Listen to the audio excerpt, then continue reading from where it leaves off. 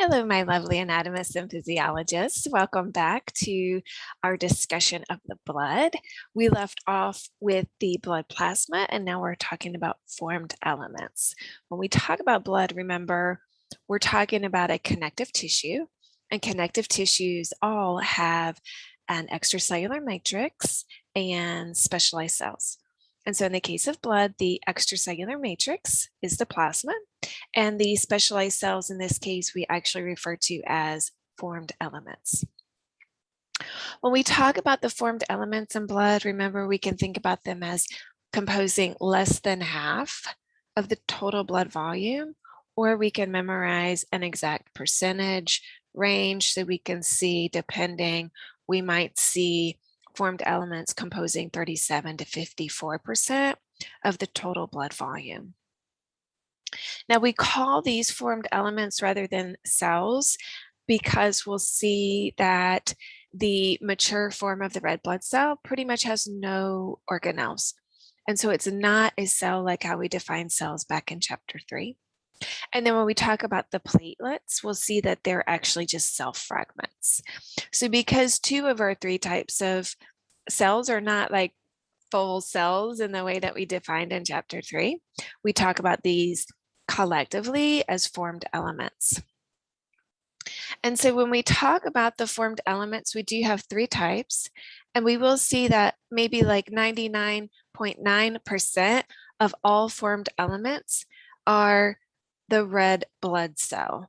And we can abbreviate red blood cell as RBCs, or we can talk about them by their other name, which is erythrocyte.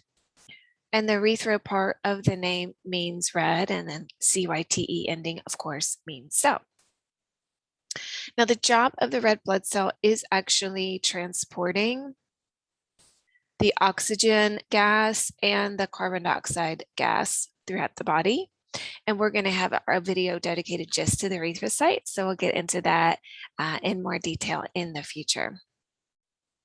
When we talk about the remaining formed elements, then we're going to see that in the blood, they're just making up 0.1%. So they're very, very small fraction. Here we have the white blood cell, or we can abbreviate that as WBC, or we can call it the other name, which is leukocyte, where that prefix leuc there is talking about white, and then the cyte, CYTE ending, means cell.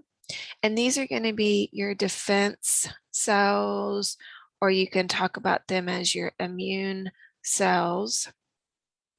And we're going to have five